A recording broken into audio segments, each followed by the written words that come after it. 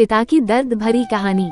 एक गांव में एक छोटा सा बच्चा था। उसके पिता तो थे लेकिन माँ की मृत्यु हो गई थी। पिता सारा दिन काम करता और अपने बेटे को पाल पोस कर बड़ा करता है। वह सारे सुख अपने बेटे को देता है जो एक माँ दे सकती थी। उस पिता ने कभी कुछ नहीं मांगा, सिर्फ इतना ही मांगा कि मेरे बेटे को कोई परेशानी ना हो। दिन बीतते गए, बेटा पढ़ लिख कर अच्छा जॉब भी करने लगता है और वह शहर में रहने लगता है। कुछ दिन बाद वह अपने पिता से मिलने आता है और कहता है, पापा मुझे कुछ पैसों की जरूरत है। मैं चाहता हूँ कि शहर में ही जमीन लेकर अपना घर बना लूँ। पिता इस बात को सुनकर बहुत खुश होते हैं। सोचते हैं कि मेरा बेटा है, एक ना एक दिन नाम करेगा। जिंदगी भर की बचाई हुई पूंजी को निकाल कर अपने बेटे को दे देते हैं। बेटा शहर चला जाता है और उन पैसों से अपना घर बना लेता है। पिता इधर इंतजार करता रहता है कि मेरा बेटा फिर से आएगा, एक ना एक दिन तो मेरे पास आएगा ही। जाएगा कहाँ? उसके पास अब कोई नहीं जाता था, क्योंकि ना ही अब उस पिता के पास पैसे थे और ना ही रहने का जगह था। कुछ दिन बाद बेटा फिर लौट कर आता है और अपने पिता से कहता है, पापा अब आप दादाजी बनने वाले हैं। पिता को बहुत खुशी होती है इस बात को सुनकर।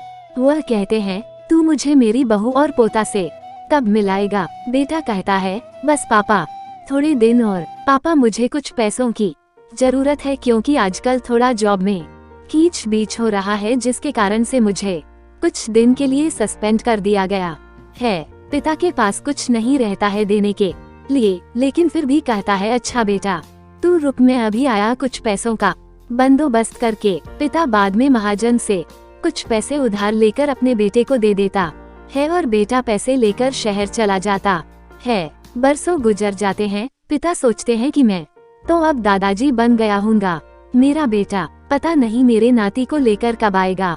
फिर सोचने लगते हैं, समय नहीं मिलता होगा इसलिए मेरा बेटा अभी तक आया नहीं, वरना आया जरूर होता।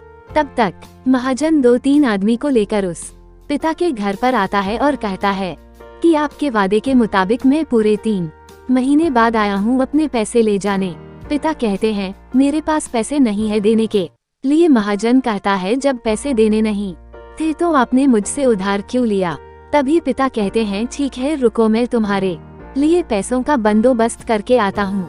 और वहाँ के नजदीकी अस्पताल में चले जाते हैं। वहाँ जाकर अपना ब्लड डोनेट करते हैं और अपनी एक किडनी बेच देते हैं और उस महाजन का कर्ज छूटा कर देते हैं। किडनी बेचने के बाद उनकी स्थिति और भी खराब हो जाती है और वो उस राह में जी रहे होते हैं कि मेरा बेटा एक दिन आएगा जरूर। इस आस में जीते जीते एक दिन पिता की मृत्यु हो जाती है, परंतु उस बेटे को अपने पिता को आग देना भी नसीब नहीं हुआ। आपको ये कहानी कैसी लगी नीचे कमेंट करके हमें जरूर बताइएगा। अगर आपको ये कहानी पसंद आई हो तो अपने दोस्तों के साथ जरूर शेयर करें और ऐसी ही प्यारी कहानियाँ सुनने के लिए हमारे YouTube चैनल से जुड़े।